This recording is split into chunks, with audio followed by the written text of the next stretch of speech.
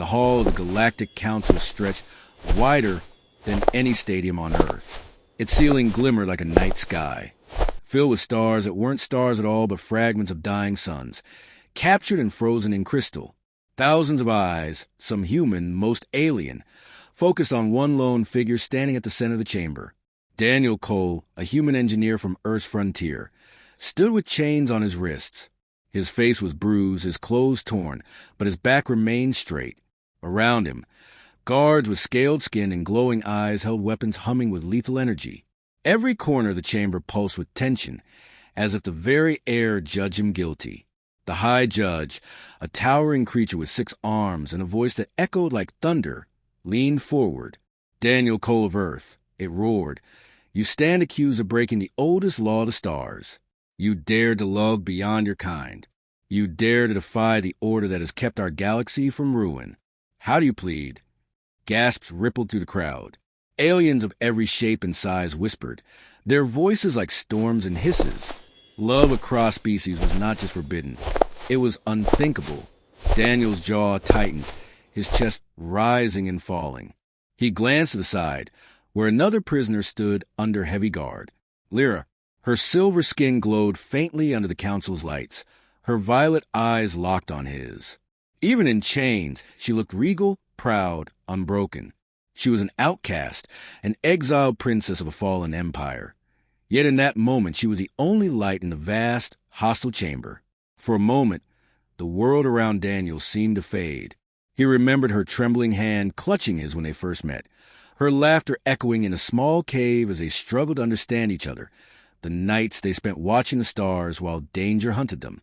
He remembered choosing her, not because it was safe, but because it was right. The High Judge slammed a fist against the table. "Answer, human." Daniel raised his head, his voice steady though the weight of the galaxy pressed against him. "I plead guilty to love." A deafening roar erupted. Some alien leaders shouted in outrage, their tentacles lashing and wings beating furiously. Others sat in stunned silence, unable to believe a human would risk death for something so simple, so forbidden. The judge's eyes burned with fury. "Then you will be punished, and your world will remember your shame." But as the guards closed in, Daniel's gaze never left Lyra's. The spark between them was stronger than fear, brighter than judgment. It was unbreakable. And as the sentence was about to be spoken, the scene shifted. The audience, the viewers, were pulled into the memory that had led them here. The story of how one ordinary human and one lost alien princess had crossed paths on a dusty, forgotten moon. The story of how kindness had turned to trust. Trust had turned to love, and love had become a weapon against the impossible. The trial was not the colony moon of Vera. 6 was not a place of beauty. It was harsh, filled with endless fields of gray dust, broken cliffs, and a sky that glowed dimly under a distant sun. To most, it was a place of labor and survival. Mining rigs roared day and night, pulling rare minerals from the ground. For Daniel Cole, it was just another contract, fixing broken machines, patching old systems, and trying to keep men and women alive in a place that seemed determined to kill them. He worked alone most of the time. People respected his skills, but thought him strange. He wasn't like the others who gambled in the bars or cursed the company for long shifts. Daniel preferred quiet. He fixed machines, read old books from Earth, and looked at the stars with a longing he could never explain. One evening, as he walked back from repairing a broken water pump near the canyon's edge, he saw something unusual. At first, it looked like debris, metal shards scattered across the rocks. But when he climbed down to inspect, he found the remains of a small craft, its hull torn apart, smoke still rising from it. The ship had crashed not long ago. His first thought was salvage. Company rules said anything recovered had to be reported, but out here, most workers bent the rules. Spare metal could mean extra credits. He approached carefully, tools at his belt, eyes sharp, but as he stepped closer, he froze. There, among the wreckage, lay a figure. It wasn't human. The body was slender, covered in faint silver skin that shimmered even under the dust. Long strands of dark hair spilled across the rocks, and her chest rose and fell in weak, uneven breaths. Daniel's heart hammered. He had never seen one up close, but he knew the stories. She was an alien. His first instinct was fear. The wars between humans and alien empires were not distant history. They were alive in every soldier's scar, every colony's defense towers. If someone found out he had seen her, the proper action would be to call the company guards. Let them take her away. That was a safe choice. But then she stirred, her lips moving, her eyes fluttering open. And in those eyes, deep violet, glowing faintly like amethyst, Daniel didn't see an enemy. He saw pain. He saw desperation. She tried to speak, but the words came out broken, foreign. Still, the meaning was clear. She was begging. Her hands trembled as she reached out. Daniel knelt, torn between reason and instinct. Every warning screamed at him. Leave her, report her, save yourself. Yet something in her voice and the way her body shook cut through his caution. She wasn't a soldier. She wasn't a threat. She was just dying. Slowly, carefully, Daniel pulled a water flask from his belt and lifted her head. She flinched at first, her eyes sharp, but when he pressed the flask to her lips, she drank greedily. Some of the water spilled, running down her chin, but her breaths grew steadier. "You're alive," Daniel whispered, though he knew she couldn't understand. She coughed, her voice a soft rasp. A single word left her lips. He couldn't understand it, but it sounded like a plea, something between help and please. Daniel's mind raced. If anyone saw him, he'd be ruined. Harboring an alien could mean prison, or worse. But as he looked at her, shivering in the dust, he knew the decision had already been made. He couldn't walk away. Not from this. Grunting, he slid his arms under her fragile frame. She was lighter than he expected, her body trembling against his chest. He carried her away from the wreck, back toward the mining outpost, but stopped. If he took her there, someone would see. He needed another plan. His thoughts turned to the old tunnels near the canyon. Long abandoned, no one went there anymore. It was dangerous, but it was hidden, perfect for someone who needed to disappear. The climb was rough, but Daniel was strong. He set her down in a shadowed cave, far from the colony's eyes. He gave her food, protein bars broken into small pieces, and though she gagged at the strange taste, she ate. Hours passed, and slowly, color returned to her silver skin. She watched him carefully, never fully relaxing, her eyes sharp even in weakness. Yet she did not push him away. At one point, she raised her hand and touched his chest, just above his heart. She spoke again softly, a word he didn't know. Daniel pointed to himself. "Daniel," he said, his voice firm. "Daniel." Her lips moved, repeating clumsily, "Dan-A-L." Then she placed a hand over her own chest. "Lyra." The name carried a weight, a music unlike any human tongue. For the first time, Daniel smiled. Against all odds, against every rule written in the stars, two strangers, human and alien, had spoken their names. That night, as he left her to rest in the cave, Daniel knew nothing would ever be the same. The days that followed were unlike anything Daniel had known. His work at the mining colony continued as usual. Machines broke, engines jammed, and the foreman barked orders. But every evening, when others went to bar or to their bunks, Daniel slipped away to the abandoned tunnels. There, hidden from the colony's eyes, Lyra waited. At first, communication was nearly impossible. She spoke words he couldn't understand, sound that rolled like soft music but carried no meaning to him. He tried to reply with English, simple and clear, but she only tilted her head, frustration flashing in her violet eyes. Still they tried.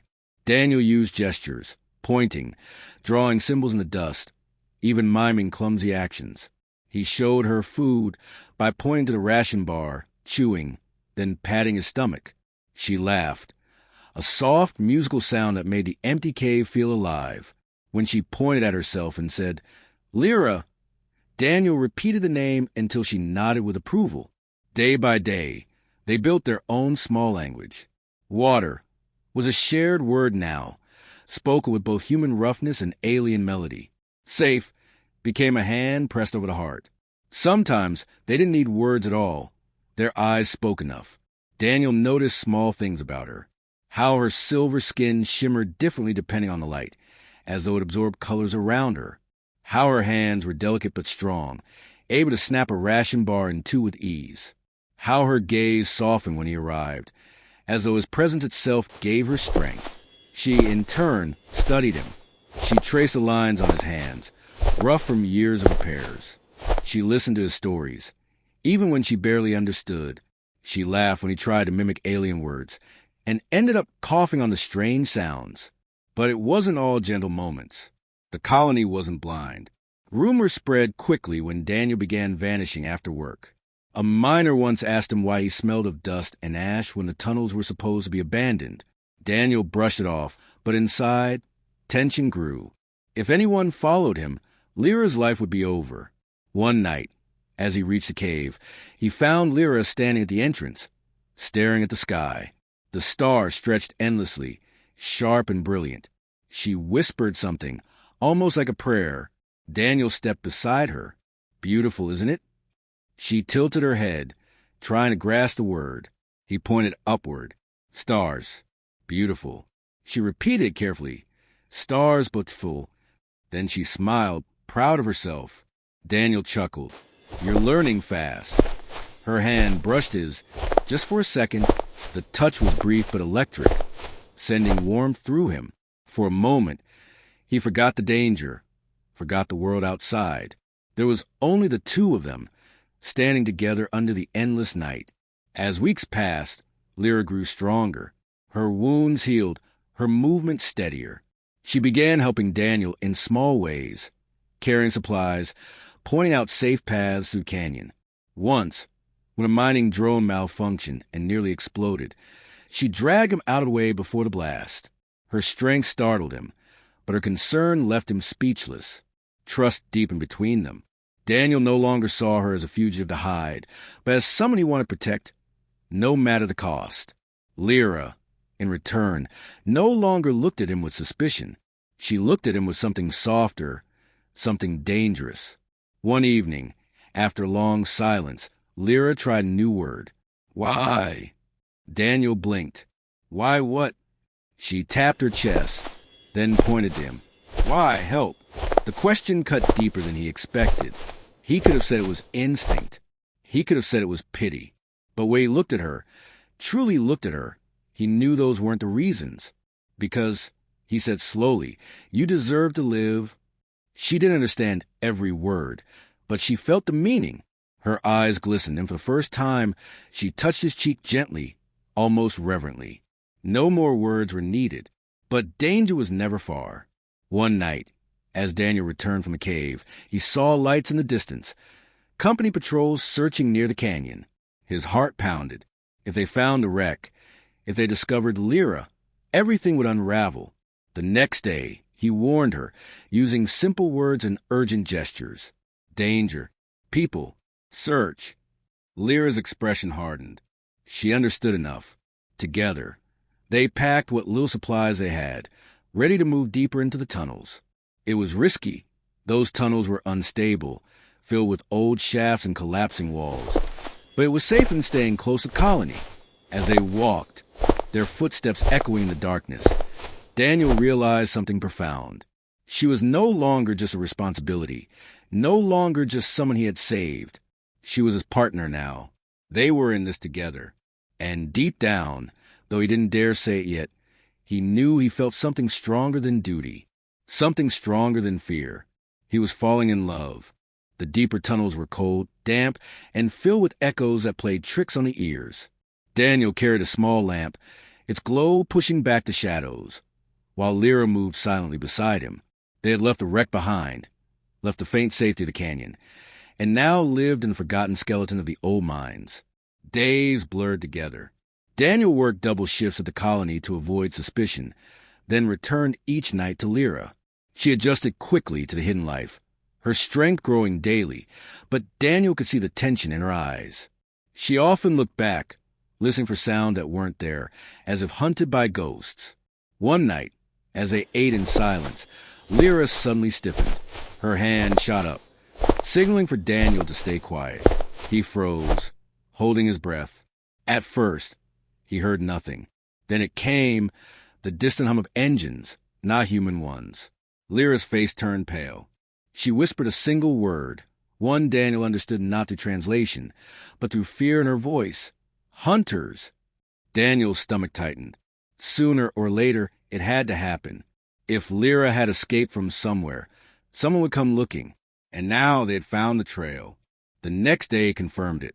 From the colony, Daniel heard whispers, miners reporting strange sightings at night, shadows moving near the ridges, even the remains of an animal burned clean through by some unknown weapon.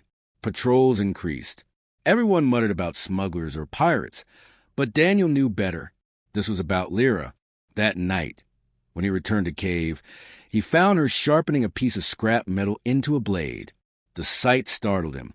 "You don't have to," he began. But she cut him off, shaking her head firmly. "Fight," she said, her voice low, her meaning clear. Daniel clenched his fists. "We can hide. We'll move deeper. They won't find us."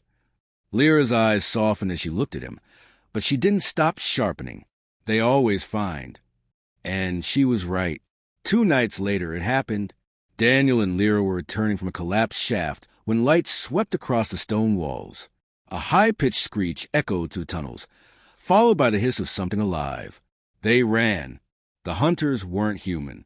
They moved fast, their limbs long and bent, their eyes glowing in the dark. Blades of energy hissed in their hands. Daniel's lamp shattered as one struck, sparks raining across the floor. "Go!" Lyra shouted, shoving him forward. They sprinted to the tunnels, twisting through narrow paths Daniel barely remembered. The air filled with the hunters' cries, sharp and unearthly. Twice, Daniel stumbled, and both times Lyra dragged him back to his feet, her strength saving them. Finally, they reached a dead end, a wall of collapsed stone. Daniel's chest heaved, panic rising. "We're trapped." Lyra grabbed his hand, pressed it to the stone, and whispered something. Her voice trembled, but the rock vibrated. With a groan, a narrow passage opened just enough for them to squeeze through. Daniel's eyes widened. What was that?" Lyra pulled him inside, sealing the path behind them with another whispered word. She looked exhausted, her skin dimmer than before, but her eyes burned with defiance. "No time," she gasped. Daniel stared at her, questions racing, but there was no chance to ask. The hunters' screeches grew louder on the other side of the wall. They slammed against the stone, claws scraping, but the barrier held, at least for now. Hours later, after the noise finally faded, Daniel sat with her in silence. He couldn't stop shaking. "They were here for you," he said quietly. Lyra nodded, her face pale. "Exile. Escape. They want me dead." Her words were broken but clear enough. Daniel swallowed hard. He had suspected she was important, but now he understood. She wasn't just some survivor of a crash. She was running from enemies who would never stop. He looked at her, at the way she sat slumped against the wall, fighting exhaustion, and something inside him hardened. "Then they'll have to get through me first." Lyra's eyes widened slightly. Slowly, a faint smile touched her lips. For the first time since the hunters arrived, she looked at peace. But the danger didn't end there. The next days were worse. The colony buzzed with fear. Patrols doubled. People whispered about spies and traitors. Daniel heard his name once in hushed tones, suspicion already forming. And in the shadows of the tunnels, the hunters' cries still echoed, always searching, always close. Every choice became heavier. Daniel knew he couldn't hide her forever, and Lyra knew the same. Each time their eyes met, the unspoken truth lingered between them. If they were discovered, neither of them would survive. Yet still, when he lay awake at night, listening to her slow breathing beside him, Daniel felt something strange growing stronger inside him. Not regret, not fear, but love. The air in the tunnels grew colder, damp, as days filled with echoes that played tricks on the ears. Daniel and Lyra lived like carried shadows. A small lamp, always listening, pushing back always the shadows. Moving. The hunters had not given up beside him. Sometimes they had left a wreck behind. Their cries echoed to the faint safety of the canyon. Sometimes Daniel forgot glimpsed their their faint glowing eyes in the distance. Days even when silence returned. Daniel worked double shifts with the colony to avoid suspicion. But despite the fear pressing down on each night to Lyra, something else she adjusted in the darkness to the hidden life. It started in strength growing daily. Daniel gave her half the tension in her eyes, even when it left him hungry. She often looked back, in turn, listening for sound always saved a portion of hers as if hunted by ghosts. When he stumbled after long as they ate in silence, she steadied him. Lyra suddenly stiffened. When she dreamed and shot up in terror, signaling was there to whisper comfort. Quiet.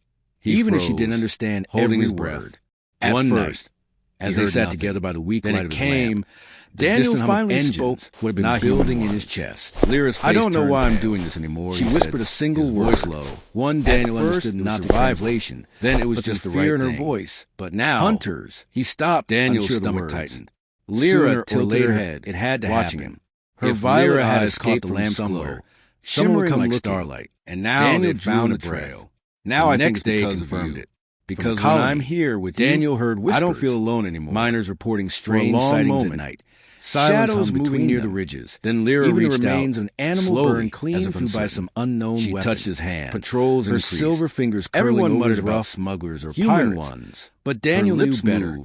This was about carefully forming words in his language. When he returned not alone, he found her sharpening the sound of those scrap metal into a blade, accented but real. The sight startled made Daniel's chest. You don't have to. He covered her hand with his own. She cut him off, squeezing, shaking her head firmly. In that moment, the hunters, the colony, her voice low, the dangers waiting outside. Daniel, none of it matters. What mattered was the bond they had forged. We'll move deeper, stronger than fear. Find us. Stronger than Lyra's eyes softened the world outside, but she didn't stop sharpening. The colony they always find. Daniel noticed more eyes on him. 2 nights later, it happened. He passed. Daniel and Lyra were returning from a collapsed shaft. Stopped him out. When light swept across the stone after shift's coal, a high-pitched screech echoed, narrowing his eyes. Followed by the hiss of something alive. Where you hide? They ran. Daniel forced a laugh. Weren't human. Shrugging. They moved fast. I just walked. Their limbs long and bent. Their but eyes he could feel the weight of suspicion. Blades of energy hissed in their hands. That night, Daniel's lamp shadows as urgency.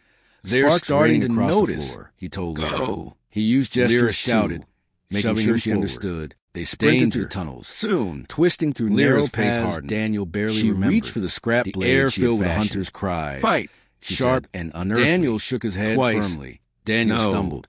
If we fight, we die. Lyra dragged him back. We need to leave. Her strength saved. She frowned, confusion in her eyes. They reached a dead end. Daniel looked toward the stars, faintly Daniel's chest cracks in the cave ceiling. Panic rising. Somewhere far. We're trapped. Beyond their reach. Lyra grabbed his hand. There are places, pressed the stone and whispered something. We'll find one. Her voice trembled for a moment, but the rock vibrated.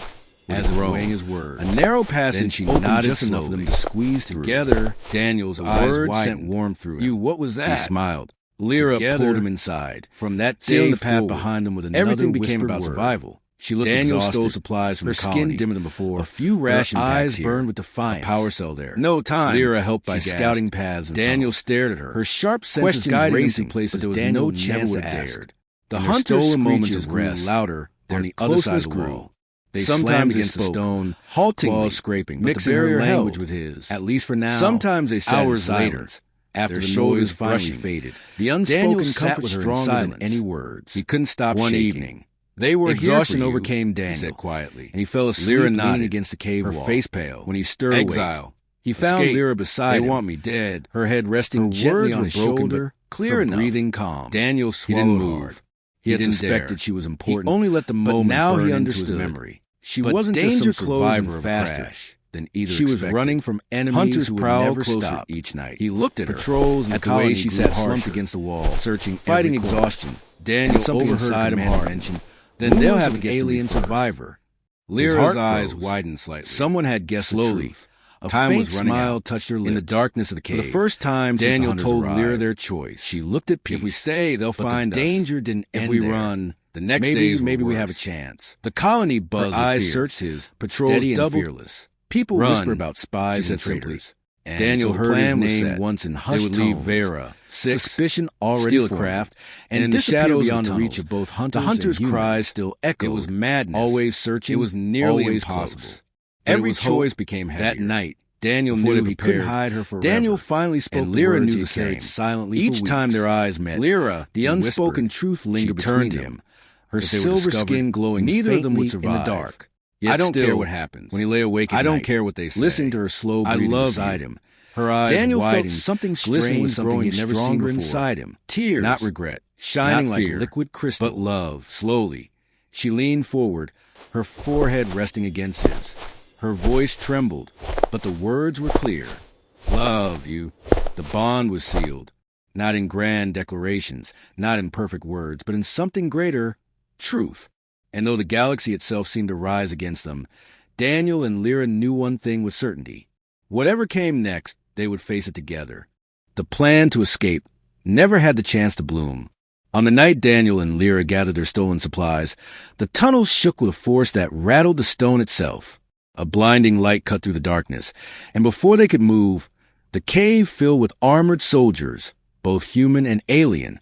The hunters had finally cornered them, and this time, the company patrols were with them. Daniel fought like a man possessed, swinging a pipe, trying to buy Lyra a chance to flee. But the enemy was too many. Energy blasts lit the cavern, and stun bolts struck his body, tearing strength from his limbs. He fell to his knees, his vision blurring, but he still reached out for her. Lyra screamed his name, her voice breaking. She tried to shield him, summoning that strange energy once more, but heavy restraints clamped around her wrists, crushing her strength. Together they were dragged out of the tunnels, chained and powerless. The next time Daniel opened his eyes, he stood in the vast chamber of the Galactic Council, the same one from the beginning. Now, he understood how he had come to be there. The hall was filled with leaders from dozens of species. Their bodies shimmered with feathers, scales, horns, and wings. The sight should have broken him, but Daniel's eyes sought only one thing: Lyra. She stood across from him, bound, her silver skin bruised, but her gaze still steady. Even across the distance, their eyes locked, an unspoken promise passing between them. The High Judge's voice thundered. Daniel Cole of Earth, Lyra of the fallen house of Ilyara, you stand accused of crimes that threaten the very orders of this galaxy. Explain yourselves. Murmurs filled the hall, some voices sharp with hatred. Daniel caught fragments. Traitor, abomination, forbidden. An alien officer stepped forward. The human aided the exile, harboring her against the law. Worse, he claims affection for her. Such bonds are dangerous. They cannot be allowed. Daniel's fist tightened in his chains. He wanted to shout, to deny nothing, but before he could, Lyra's voice rang out. I chose him. The chamber fell silent.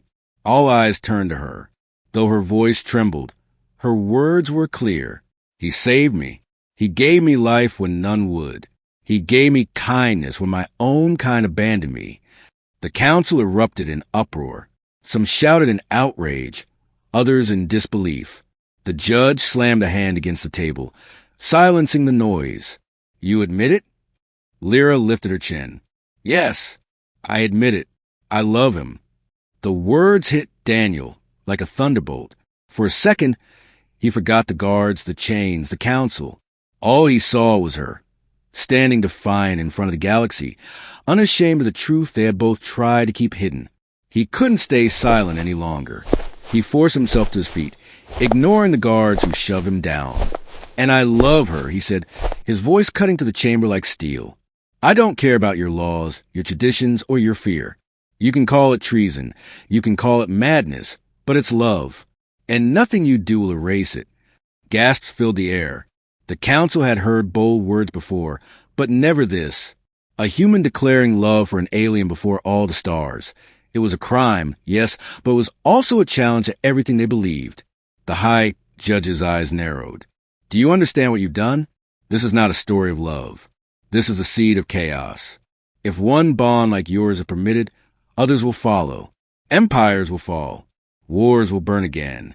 Daniel met the judge's glare. Or maybe they'll end. Maybe for once, we'll stop hating what we don't understand. The judge's voice rose to a roar. Enough! The sentence is death, for both of you. The chamber erupted again, half in approval, half in shock. Guards moved in, weapons drawn. Daniel braced himself, ready to fight even in chains, when Lyra suddenly cried out, Wait! Her voice rang with a power Daniel had never heard before. The chamber froze. The guards halted. Lyra's eyes blazed with violet fire as she stepped forward, her chains glowing against her skin. I am no exile here. By blood and right, I am heir to the house of Ilyara. You cannot execute me without trial under the royal accord. A ripple of shock spread through the chamber. Even Daniel's breath caught. He had known she was important. But not this. She wasn't just a fugitive. She was royalty. The judge's voice shook with anger. You invoke the ancient accord? After your house has fallen. Lyra's chin lifted. It does not matter if my house stands or falls. By blood, I carry its rights. And I demand trial by precedent, not by fear. The chamber fell into chaos again. Leaders shouted, arguments rising like storms. Some demanded her execution at once. Others murmured about the old laws. Daniel's heart raced. He didn't understand all of it, but he knew one thing. Lyra had just bought them time. And maybe, just maybe, a chance. For the first time since his capture, hope flickered in his chest. They weren't finished yet. The council chamber seethed with noise. Voices rose in anger and disbelief as Lyra's declaration echoed through the air. The word royalty was dangerous. It carried weight in ways Daniel did not yet understand.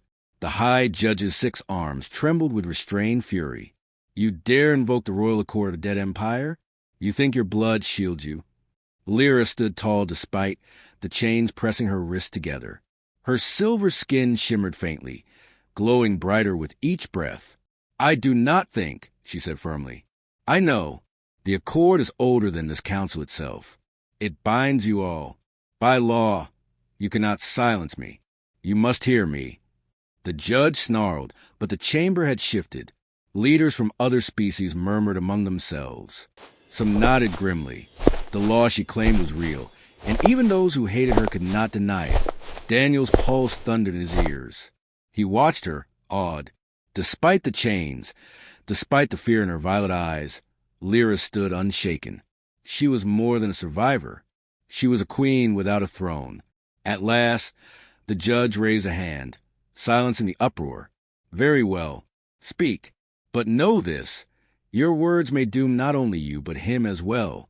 Lyra drew a breath, then lifted her chin. You call our bond forbidden. You call it chaos. But look around you. Your hatred has brought nothing but war. Worlds burn. Empires crumble. Yet you cling to old divisions. Daniel saved me not because of politics or profit, but because he saw me as a life worth saving. That is not weakness. That is strength. Her words rippled through the crowd. Some scoffed, but others fell silent, listening. Daniel stepped forward, his voice steady. You talk about fear, about danger. But what's more dangerous? One human and one alien loving each other, or a galaxy too afraid to let go of its hate? The chamber held its breath. For a moment, no one spoke. Then a counselor with feathers of gold leaned forward. Perhaps the human has a point. Others hissed in protest. If we allow this, what stops others? Today it is one pair. Tomorrow it is whole species mingling. We will lose who we are, or we will find who we could be. Another countered. The council fractured, voices clashing. The high judge finally roared above them all. Enough. The precedent must be set. This council will decide love or law. The vote began. One by one, representatives cast their judgment. Some shouted for execution, others for clemency. Daniel held his breath as the balance swayed back and forth, each voice pulling fate toward life or death. When the final vote was tallied, silence fell. The result was not victory, but it was not execution either. The council was divided, split in two, and in division. The ancient accord protected them. They could not be condemned when no majority agreed. The high judge's voice shook with rage. By law, you are free. But know this, your bond has made enemies across the stars. You will never find peace in any empire. Daniel exhaled slowly, disbelief flooding him. Free. Against all odds, free. The guards released their chains. Lyra staggered forward, and Daniel caught her, holding her tight. For a moment, nothing else mattered, the galaxy, the council, the hatred. Only her warmth against him, alive, safe. But even in victory, the danger remained. The council had spared them, but hatred would not vanish overnight. Whispers filled the chamber, some voices promising vengeance, others demanding change. As they walked out, hand in hand, Daniel glanced at Lyra. What happens now? She smiled faintly, though her eyes glistened. Now we run. We live. We show them what love can be. Her words settled into his heart like fire. He knew their path would not be easy. Every step forward would carry risk. But for the first time since he had met her among the wreckage, Daniel believed they had more than survival. They had hope outside the council chamber. The stars stretched wide and endless. Daniel squeezed her hand, and she squeezed back, her silver fingers warm against his calloused skin. Together, they stepped into the unknown, not as fugitive and savior, not as alien and human, but as two souls bound by something no law could erase. Unbreakable. And somewhere, deep in the silence of space, the galaxy shifted. Perhaps slowly, perhaps in small ways, but it shifted. For the first time, leaders and outcasts alike had seen that the impossible was not only possible, but real. One human's love had defied the odds of the stars. And the story of Daniel and Lyra was only beginning.